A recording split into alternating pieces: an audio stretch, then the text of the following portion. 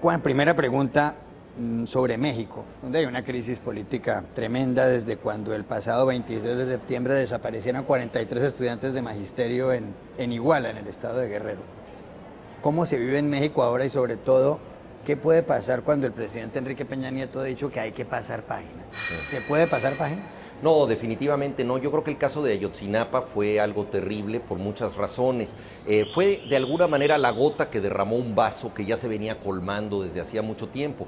El presidente Felipe Calderón dejó la presidencia después de 6 años con 100,000 muertos y 30,000 desaparecidos, y aumentarán las estadísticas a medida que se vayan descubriendo fosas comunes. Entonces esta situación dramática ha continuado en México, pero el caso de Ayotzinapa del 26 de septiembre pasado fue terrible porque ahí cristalizaron varias cosas. Por un lado, un país que pierde a 43 estudiantes para maestros, es decir, son el futuro del país en el sentido que son los que van a enseñar. Son jóvenes que se van a dedicar pues, a lo más importante que hay en México, que es la educación, y que de pronto son secuestrados y no se sabe qué pasa con ellos. Pero al mismo tiempo se recibe la información de que quienes los detienen son policías, y son los policías los que los entregan al crimen organizado, ¿no? A la banda de los nuevos guerreros, con lo cual queda totalmente en evidencia esta trama de los poderes públicos infiltrados por el narcotráfico. Entonces la sociedad dijo un basta ya, que me parece muy importante, y creo que nos hemos articulado en una indignación colectiva muy clara. El gran problema es qué hacer con esto, porque hay un gran descrédito de todos los partidos políticos. El propio presidente, al decir, pues vamos a pasar página, está simple y sencillamente arando en el desierto. No podemos pasar página. Es más, ni siquiera se sabe exactamente qué sucedió, no hay una versión oficial de los hechos, y a 4 meses de distancia no se sabe dónde quedaron estos muchachos. Entonces necesitamos saber eso y no podemos pasar página, tenemos que reorganizar la sociedad. Ahora eso va a ser muy difícil con los grupos políticos que tenemos en México. Quiero trasladarlo a otro país en el Caribe, a Venezuela. ¿Qué futuro próximo, a corto plazo, le espera a ese país si las cosas siguen como van? Yo creo que Venezuela es un país que se ha estado aislando de alguna manera en una deriva pues que dependía mucho de la figura de Hugo Chávez, pero esta figura mesiánica pues ha tenido un heredero, digámoslo así, casi caricaturesco, que es Maduro, ¿no? Entonces decía Marx que las cosas ocurren 2 veces, primero como tragedia y luego como comedia, y yo creo que la situación de Venezuela es una situación dolorosamente tragicómica. Tampoco me entusiasma mucho la oposición que se está fraguando. Me parece absurdo que hayan invitado en un acto de la oposición a presidentes tan cuestionables como Piñera de Chile y por supuesto Felipe Calderón de México. Si esa es la oposición, yo no sé qué está mejor, si Maduro o ellos. Entonces creo que hay un momento de confusión muy grande, agravado por la terrible caída de los precios del petróleo. Entonces eso es un tema, y el cambio político en Cuba, que eso yo creo que influye mucho en la relación de política exterior de Venezuela. Entonces este aparente deshielo que comienza en Cuba también los va a perjudicar. A propósito de Cuba, el pasado 17 de diciembre anunciaron simultáneamente Barack Obama, presidente de Estados Unidos, en la Casa Blanca, y Raúl Castro, el líder cubano, en La Habana, el inicio de conversaciones para restablecer relaciones diplomáticas. ¿Usted cree que eso llegará a buen puerto y sobre todo que el Congreso de Estados Unidos, es decir, el Senado y la Cámara de Representantes, harán algo para levantar precisamente el embargo, que es distinto a las relaciones diplomáticas? Yo creo que es una muy buena señal, porque el embargo no ha servido de nada, o sea, lo sabemos. El embargo no ha cambiado la circunstancia en Cuba, ha perjudicado a la población y se han roto vínculos y posibilidades de diálogo entre Cuba y los Estados Unidos. Entonces creo que es una muy buena señal, pero esto no quiere decir, y lo apuntas tú muy bien por el lado del Congreso, que el conflicto haya desaparecido, para nada. El embargo se mantiene y el conflicto se mantiene, pero que haya relaciones diplomáticas no quiere decir que estén de acuerdo. Es decir, eso es malentender la diplomacia. La diplomacia es la arena de los conflictos resueltos de manera, digámoslo así, más o menos civilizada, pero para eso sirve la diplomacia, no para decir estamos de acuerdo, sino porque estamos en desacuerdo necesitamos reunirnos. Entonces yo creo que esta vía dialogada no suspende el conflicto, pero puede a futuro encontrar, yo creo que nuevas posibilidades, y eventualmente esto va a ser muy importante para la transición cubana. Es probable que en las próximas elecciones, y aquí vuelvo a cambiar de país, de Estados Unidos, los candidatos sean Hillary Clinton por el Partido Demócrata y quizá Jeb Bush, hermano de George W. Bush, hijo del presidente George Bush también, por el Partido Republicano. Si usted fuera un ciudadano de los Estados Unidos, ¿con quién se quedaría? ¿Cuál preferiría? Bueno, yo votaría en automático por los demócratas, pero estamos ante candidaturas dinásticas que también revelan la falta de apertura de la sociedad norteamericana a nuevas opciones políticas. Es muy curioso porque la mentalidad norteamericana está muy montada en la idea del hombre que surge de las orillas de la sociedad y conquista la sociedad. Es decir, la idea del self-made man, ¿no? El héroe que se crea a sí mismo. Y nosotros vemos casos de historias de éxito, como por ejemplo, emblemáticamente el de Steve Jobs, ¿no? Deja la Universidad de Stanford y en el garaje de su casa monta una de las empresas que van a tener mayor éxito, pero mucha gente lo va apoyando. ¿Por qué? Porque el sueño americano tiene que ver con esa capacidad de que alguien que está en las orillas aporta talento y demuestra que es una sociedad de oportunidades. Curiosamente, esta ideología no pasa por la política, o sea, no es una sociedad de oportunidades para que haya otro tipo de candidatos, para que haya otro tipo de formaciones políticas. Entonces, el hecho de que tengamos, es como la guerra de las colas, ¿no? Si la alternativa es Pepsi-Cola o Coca-Cola, pues no hay una gran alternativa, y es un poco lo que pasa con demócratas y republicanos, enfatizado ahora, pues porque son herederos de linajes diferentes. Hillary de su marido Bill Clinton, ¿no? Y Jeff Bush, pues de abuelo y padre. Una pregunta final en este segmento a propósito de Colombia, donde estamos. Hace un poco más de 2 años comenzaron negociaciones en La Habana, formalmente, el gobierno del presidente Juan Manuel Santos y las FARC, el grupo guerrillero. ¿Usted ve con optimismo esas conversaciones o le inquietan?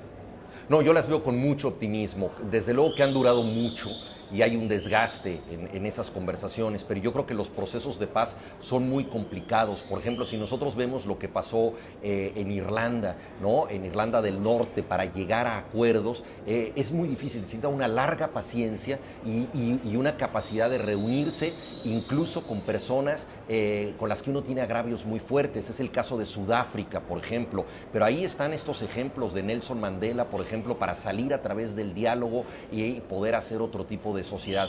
A mí me parece muy importante, y en ocasiones el arte logra metáforas significativas de esto. Hay una pieza de la artista colombiana Doris Salcedo que me gusta mucho, que se llama Mesa de Negociación, que son 2 muebles, 2 mesas empotrados. Son 2 mesas de distinto tamaño, son 2 mesas que no deberían estar juntas y están juntas un poco a la fuerza, y en la juntura de las mesas hay un trazo de cabello que es como una herida. Y creo que podemos entender lo que es una mesa de negociación así. Es un proceso doloroso, es un proceso difícil, hay una herida, la herida no desaparece, pero permite que 2 cosas opuestas se conviertan en la misma realidad. Y yo creo que esa es la historia de la vida en común. Juan, el pasado mes de enero se produjo un atentado contra el semanario satírico Charlie Hebdo en París. Fue asesinado, entre otros, su director Stéphane Charbonnier. De ahí en adelante se ha generado un debate nuevamente sobre la libertad de expresión, la libertad de prensa. Usted ha ejercido el periodismo por muchos años. ¿Debe la libertad de prensa o la libertad de expresión tener algunos límites? Yo creo que esto nos habla efectivamente de la necesidad de libertad, pero también de los desafíos y de las responsabilidades de la información. Me parecería muy peligroso que a partir de los salvajes atentados a Charlie Hebdo se satanizara al Islam, por ejemplo. Yo creo que quienes perpetran estos actos en nombre del Islam, ellos han caricaturizado el Islam. Pero una de las paradojas de los fanáticos es que siempre son solemnes. Los fanáticos no tienen sentido del humor. Entonces, los fanáticos son caricaturas sin humor. Y no es casual que se ofendan tanto por el sentido del humor y por la libertad de otras personas de reír.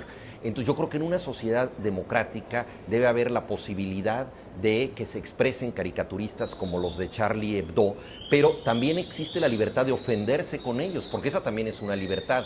Y yo creo que hay cosas bastante serias que no admiten demasiado el sentido del humor. La religión es totalmente contraria al humor y me parece muy respetable que así sea. ¿Por qué? Porque la religión busca expresar lo que no tiene palabras, lo que no se puede decir. Es un momento de recogimiento muy profundo. Entonces, con eso es difícil hacer bromas, ¿no? Esto no quiere decir que no se pueda hacer una caricatura sobre un tema religioso. O sea, creo que hay que permitirlas. Pero creo que ha habido una reacción a veces un poco hipócrita.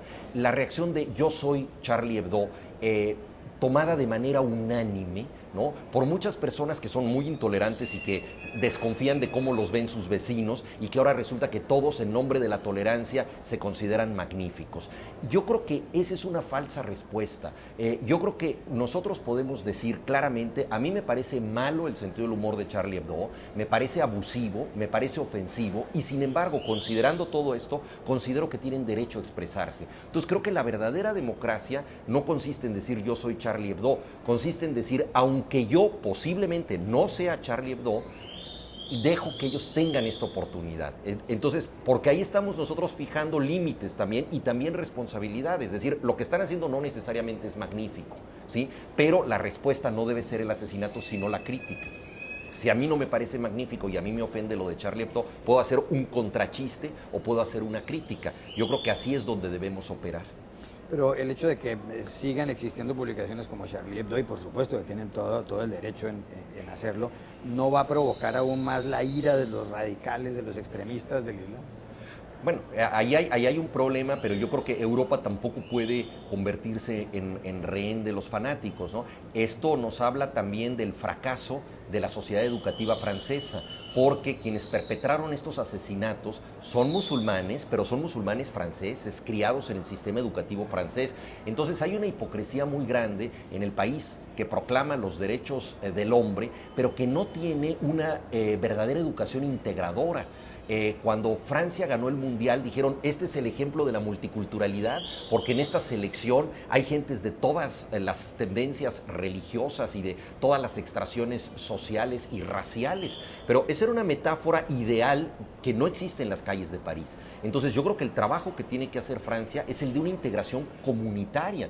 En los suburbios de París, en la famosa banlieue, realmente las gentes que son inmigrantes viven en una situación de discriminación continua y no han podido pasar a la Gran Francia. Entonces yo creo que la solución no es decir que no se publique Charlie Hebdo, la solución es integrar socialmente a las personas, todas ellas francesas, que hicieron posible este asesinato. Como consecuencia de los atentados en los últimos días ha vuelto a estar en la lista de los libros más vendidos, de los bestsellers, El Tratado de la Tolerancia de Voltaire, un libro que tiene 250 años. ¿Qué piensa de ese fenómeno? Bueno, eso me parece importantísimo porque Voltaire dijo famosamente que jamás él haría nada para detener a una persona que lo criticara, sino que le daría todas las posibilidades de ejercer la crítica contra él mismo. Y hubo un acontecimiento muy famoso en el mayo del 68, cuando se prohibió el periódico La Cause du Peuple, La Causa del Pueblo, que era un periódico radical en contra del general de Gaulle, y en un acto quijotesco el filósofo Jean-Paul Sartre salió a repartir este periódico a la calle y lo arrestaron por repartir un periódico prohibido, y de la gendarmería le hablaron al general de Gaulle y le dijeron, tenemos aquí al filósofo Sartre, ¿qué hacemos con él? Y famosamente contestó de Gaulle, en Francia no se mete a la cárcel a Voltaire, ¿no? Entonces, bueno, Voltaire, volvemos a lo mismo, que forma parte de la esquizofrenia francesa, es decir, es la patria de Voltaire, pero esto es un ideal que no necesariamente se cumple. O sea, no solamente se necesita tener una estatua de Voltaire, se necesita que Voltaire forme parte de la vida diaria francesa, y eso no siempre ocurre, sobre todo para los inmigrantes, lo cual no justifica desde luego los brotes violentos. Voltaire fue un gran literato además, y usted es un literato, y ahí quiero llevarlo a la literatura mexicana, porque desaparecido Octavio Paz, desaparecido Carlos Fuentes, ya se menciona mucho de que los dos grandes papas de la literatura mexicana son usted y Jorge Volpi. ¿Cómo asume usted ese calificativo por un buen sector de la crítica? Bueno, el calificativo papal me parece inmerecido, ¿no? Y no tengo virtudes morales para ejercerlo. Pero yo creo que lo que ha sucedido, que es muy dramático, es que ha habido una desaparición de grandísimos escritores mexicanos o escritores extranjeros que vivían en México. Murió del lado mexicano Carlos Monsiváis, José Emilio Pacheco, Vicente Leñero, Carlos Montemayor, además de los que ya mencionaste, Carlos Fuentes y Octavio Paz. También Gabriel García Márquez, Álvaro Mutis, Juan Gelman, latinoamericanos que se habían vuelto mexicanos y que animaban mucho nuestra vida cultural. Entonces, de pronto hay una especie de orfandad. Pero yo no creo mucho en los caudillos culturales. México ha sido un país de caudillos en todo, absolutamente en todo. Hay empresarios que son los caudillos de la telefonía, otros de la televisión, otros de los jugos, otros del cemento. En todo hay caudillos, en el arte, las artes plásticas, la literatura. Entonces tenemos la pirámide del Sol, Octavio Paz, la pirámide de la Luna, Carlos Fuentes. Y yo creo que debemos ir desmontando estas estructuras piramidales y tener una sociedad más democrática, ¿no? Hace rato hablábamos de Francia. El gran déficit de México es el de tener una sociedad más horizontal. Y ahí yo creo que va a ser más importante el diálogo colectivo que las figuras protagónicas. Juan, usted es un gran aficionado al fútbol. ¿Cuál equipo le gusta más hoy en día entre el Real Madrid de Ancelotti, el Barça de Luis Enrique o el Bayern Múnich de Guardiola? El Bayern de Guardiola, por una gran debilidad que tengo por este entrenador y porque ha logrado jugar con la estética del Barcelona, pero con el dinamismo del fútbol alemán. Ha entendido muy bien lo que es el fútbol alemán y han dado unos partidos absolutamente extraordinarios. Yo creo que ahí él ha demostrado una gran capacidad de adaptación a otro fútbol, con muchas lesiones que han tenido sus jugadores, pero yo creo que es el fútbol más vistoso que se está haciendo actualmente. ¿Cuál es el jugador del Bayern que más le llama la atención? Philipp Lahm, definitivamente. Y ahí Guardiola tuvo mucho que ver porque él era un extraordinario lateral derecho que jugaba muy bien hacia arriba como carrilero. Y Guardiola lo puso en el centro. Lo puso en el centro en una posición parecida a la que él jugaba, aunque Lahm, hay que decirlo, es mucho más talentoso de lo que fue Guardiola como jugador. Pero entonces es un táctico retrasado que recupera balones y organiza el juego desde abajo. Y esa ha sido una variable extraordinaria y está en plenitud absoluta. ¿Y del Real Madrid qué destaca usted? ¿Qué jugadores le gustan? Bueno, no por estar hablando contigo, querido Iragorri, pero desde luego James Rodríguez me parece que es la recuperación de la magia en el juego, ¿no? Ese juego bonito que tanto le pedimos a Brasil, creo que lo pudo desarrollar Colombia en el pasado Mundial, justamente hasta el partido contra Brasil, que esa sí fue una lucha de cuchilleros, pero James Rodríguez es artífice de unas jugadas absolutamente únicas. Y junto con él, muy peleado, me gusta mucho Isco. Yo creo que el futuro del fútbol español pasa por los pies de Isco. ¿Y cómo analiza usted qué le pasó a España en el Mundial pasado? Porque mucha gente tenía fe en ese equipo que había sido campeón 4 años antes, pero fracasó. Una de las cosas más interesantes del fútbol es que es totalmente impredecible, ¿no? Cuando le preguntan a los grandes expertos qué va a pasar con un partido, se suelen equivocar rotundamente y en cambio una abuelita que nunca ve partidos acierta en el resultado. ¿Quién iba a decir que Holanda iba a golear a la campeona reinante que era España y que llegaba reforzada con nuevos jugadores? Yo creo que a España le pasó el cansancio del ciclo triunfal que había tenido. Son muy pocas las selecciones que a lo largo de 4 años pueden mantener todo esto. Primero por una cuestión mental.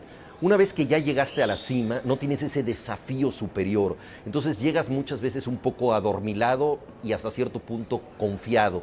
Pero luego también lo que los ingenieros aeronáuticos llaman la fatiga del metal, ¿no? Que es cuando las moléculas del fuselaje de pronto se empiezan a desgajar y de pronto un avión se rompe sin explicación alguna. Y yo creo que esta fatiga del metal ya le pudo dar a jugadores como Xavi Alonso, como Xavi Hernández, que ya eran grandes jugadores, pero ya muy veteranos.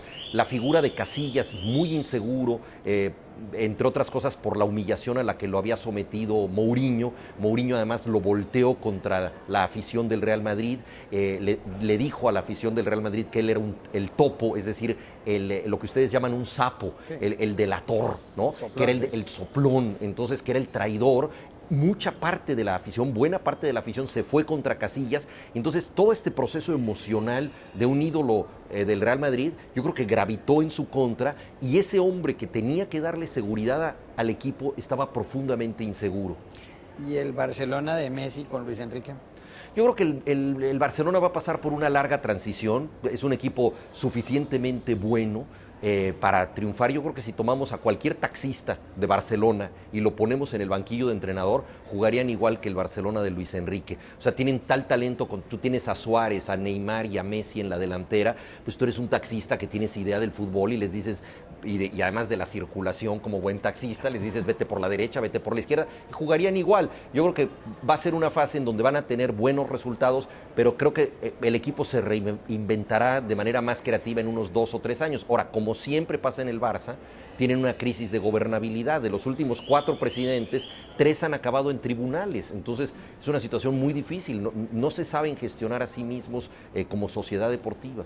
¿Se juega mejor ahora el fútbol que, por ejemplo, en el Mundial del 70 en México? Uy, eso es imposible decir, porque yo creo que a todos nos pasa que cuando vemos ese legendario Brasil de Pelé, vemos unas jugadas absolutamente maravillosas y artísticas, y también vemos que juegan muy despacio, ¿no? Eso es otro el ritmo, es otra manera de entender el juego. Yo creo que son épocas incomparables, ¿no? El fútbol de ahora es más atlético, es más dinámico, pero los mejores jugadores no se caracterizan por el atletismo, ¿no? ¿Quién iba a decir que justamente en el mundo de los más fuertes y los más veloces, pues la gran figura iba a ser un jugador tan bajito y aparentemente frágil como Lionel Messi? Hay un fenómeno que a usted le preocupa mucho y preocupa también aquí en Colombia, que es la violencia en el fútbol. ¿Cómo analiza eso? Me preocupa mucho la violencia que ocurre en los estadios y también me preocupa mucho la demonización del fútbol a partir de esto. Yo creo que la violencia nunca es provocada exclusivamente por lo que pasa en un partido de fútbol. Los estadios son catalizadores de los problemas sociales en donde las pasiones se extreman mucho. Entonces, lo que sucede en un estadio tiene que ver con lo que pasa en lo que rodea al estadio. Entonces, si llegan gentes con consignas nazis, por ejemplo, a la barra del Atlético de Madrid, pues esto no tiene que ver con que el Atlético de Madrid esté fomentando el nazismo, tiene que ver con que en la sociedad española algunos tipos por delirante deseo de integración juvenil o de desafío se declaran nazis. Eso es un problema de la sociedad española. Lo mismo pasa con la violencia en los estadios colombianos. Yo creo que Colombia ha hecho un maravilloso trabajo para recuperar tejido social a través de la educación y la cultura, de los sistemas de bibliotecas, y se ha convertido en un ejemplo para México, que padecemos una violencia, no sabemos cómo salir, y esto en México se ha enfrentado básicamente en clave militar, sin darnos cuenta de que Colombia lo enfrentó desde muchos ángulos de integración social y de integración educativa. Pero creo que en los estadios todavía hay un resabio de violencias no resueltas, que son violencias sociales, de una falta de integración social. Por eso me parece muy importante que ahora se esté discutiendo cada vez más esto en Colombia. Acabo de estar en Medellín, justamente en una discusión ahí en el estadio, con protagonistas del fútbol colombiano que están muy deseosos de transmitir valores. Si respetas al adversario, si promueves el juego limpio, si impides la impunidad, pues yo creo que esto es muy importante. Y yo veo ahí 2 aristas para solucionarlo: la infancia y la crítica a los directivos del fútbol, porque en la infancia es donde se transmiten los valores más importantes educativos. Entonces, la educación del fútbol debe ser no solamente preparación física y táctica, sino también mental y de transmisión de valores éticos. La ética del deporte se ha abandonado. Entonces, crear niños así, pues te permiten tener niños como los de la Masía del Barcelona. Pero al mismo tiempo, el fútbol está en manos de grandes pillos, comenzando por la FIFA. O sea, son autócratas que se eternizan en el cargo. 26 años Joao Havelange, 16 años lleva Blatter, estuvo 21 años Samaranch en el Comité Olímpico Internacional, casi 30 años José Sulaimán en el Consejo Mundial de Boxeo. O sea, son verdaderos dictadores y además no tienen transparencia fiscal, hacen negocios turbios, se someten a criterios exclusivamente económicos o políticos y no deportivos. Entonces necesitamos enfatizar también la crítica en la Organización Mundial del Deporte, porque en las llamadas democracias modernas se ha permitido una zona de impunidad que es el deporte organizado.